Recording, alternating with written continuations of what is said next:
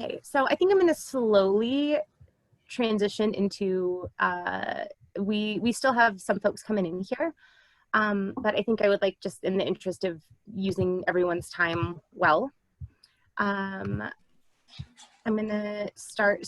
So just quickly, we will have small groups and we can all introduce ourselves there. We have 52 people here and the email list is about 120.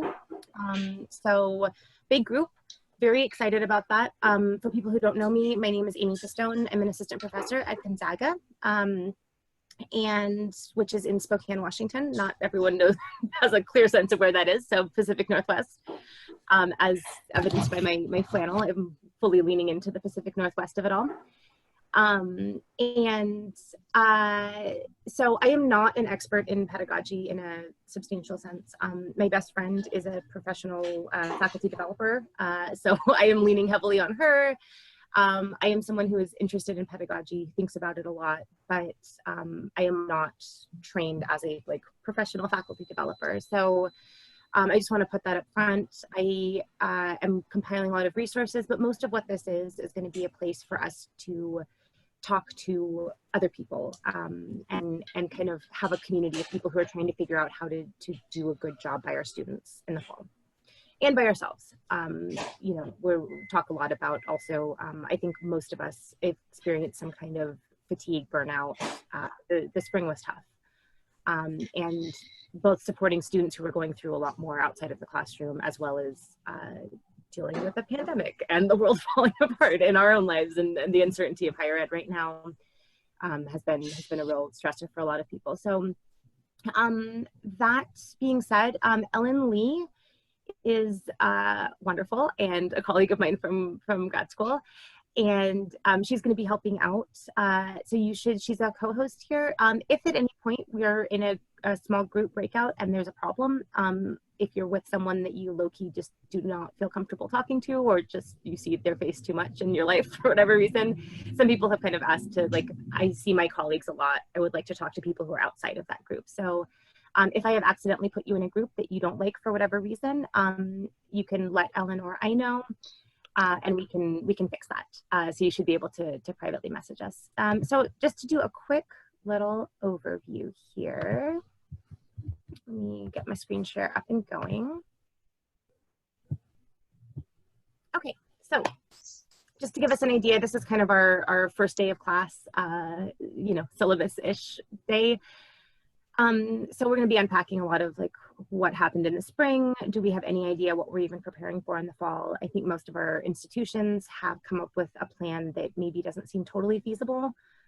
There's been a lot of stuff that has been changing very quickly. Some schools have been deciding that they are going fully online.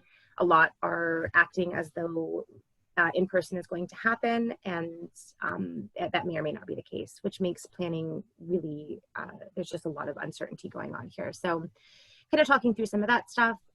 Week 2, talking about course design, so kind of digging into some of the more nitty-gritty details of what is Universal Design for Learning, UDL?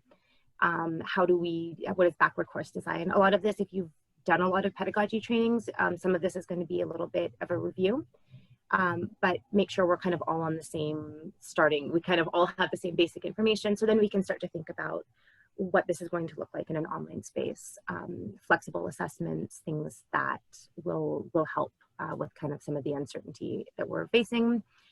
Week 3, we're going to talk specifically about issues of accessibility, equity, best practices, things having to do with bandwidth might not be enough at wherever your students are, ways that for disability is going to come into play if people are relying on reading lips or things like that. You know, there's a lot of issues that we're just kind of starting to really think through all the implications of what if we use this to respond to this challenge of working in an online space, that there are other problems that come up as a result of that.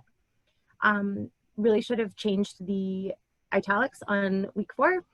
That is going to be that date. We have 2 guest speakers for kind of categorize this as being a responsive instructor.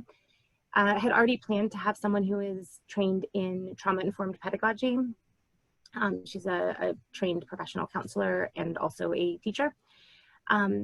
talking about kind of just all of the trauma, the disruption around COVID. And then as there have been a lot of different protests and police violence and brutality, that in the news, kind of thinking about specifically race-related trauma that our students are going to potentially be dealing with. So we have a second guest speaker who's going to be talking specifically about how to teach in a way that is kind of thoughtful and responsive to the moment that we're facing around civil rights protests.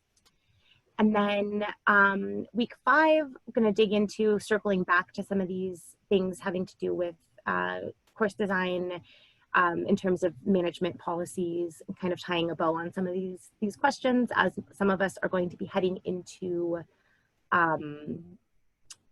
starting in early August. A lot of schools have pumped up their start dates. So some people will actually be starting in early August. And then week 6, leaving that available for sorry, I was just making sure I was seeing stuff that was going on in the chat. Okay. And then leaving some time for discipline specific syllabus workshopping things. So language classes, discussion classes, freshman seminars, you know, a lot of different things that it's going to be useful to do some really kind of specific workshopping. So that's where we're going. I want to talk a little bit week 2, just to give a sense, some of the things people had mentioned for terms they wanted described. We will be doing kind of a real crash course on some of just kind of basic teaching practices, Bloom's taxonomy, so thinking about the different levels of things that we can ask for students, how to align assessments, learning objectives, things like that. So if anything comes up and you're like, I don't know what these words mean, we will be digging into that more next week. So policies. I honestly don't know how to, my class, the discussion really fell off in a big way when we went online.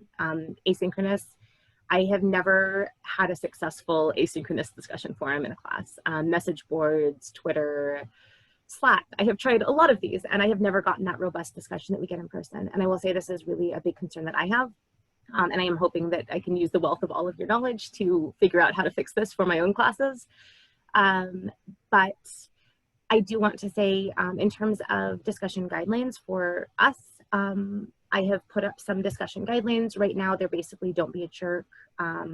Targeted language is not appropriate if it's targeting a marginalized group. And there is a place there on the site. I can actually probably just go ahead and pull this up so we can all see. Discussion guidelines, be generous, patient with each other. People are learning new things. We're going to make mistakes. We're going to screw things up. Adult humor and profanity is allowed. I don't, unless anyone has real concerns with that, I don't think that like using bad words is going to, in terms of like, I don't know, dropping some F-bombs in the humorous context. I am not particularly super concerned about that. Any language that targets marginalized groups or minimizes trauma, there are, we're not joking about trauma. And then try and take issue with ideas, not people, and assume that people are good faith interlocutors. And then if people would like to add discussion guidelines in an in-person class, I think a lot of us would kind of establish discussion guidelines in that first day of class. And in an asynchronous format, I don't know what that looks like. So this is partly trying, if you want to add a proposed guideline, you can do that there. And if at any point, I will be monitoring all of the discussion forums, but I may not see if something happens. So putting in, if someone is not in fact being a good faith interlocutor, there is an option here just in terms of what happened, what resolution would you like to see, and if you want to know about what action was taken, is an option there as well. So this is, like I said, very much how to deal with online discussion spaces is a work in progress for me. And I encourage anyone who knows how to do this well. You know, there are some differences between how we might, as just kind of adults on the internet, behave, and how we need to moderate a classroom space in online. So, but yeah, I'm expecting people to abide by those basic policies.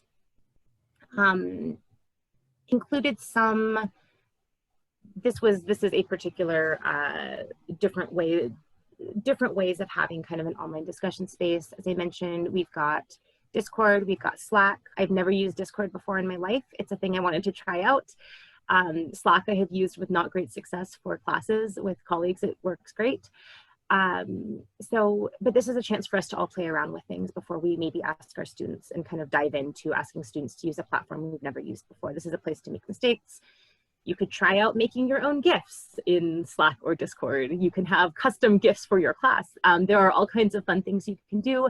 This is a place to try it out. And if there's any platforms people have been wanting to try out, specifically why we're using Discord is because Ellen and I do not know how to use it. And we keep hearing people talk about it on the internet and having a place to play around. So think of this really very much as kind of a sandbox that we can play around with things. Most of us have never been a student in any kind of an online capacity, right? So this is a chance for us to see what it's like to be students in an online space before we are interacting with our students. We can have a sense of what it's like to be a student in that experience. So I'm going to break people up for a little bit of discussion. We'll be in small groups here. Are there any questions before I break people up into breakout rooms? Are there any, I noticed there was somebody said something in the chat. Okay, nothing that is super urgent for discussion right now. Any questions, comments, concerns before we break up? Give it the requisite 7-8 seconds where you just sit in awkward silence when you ask a question.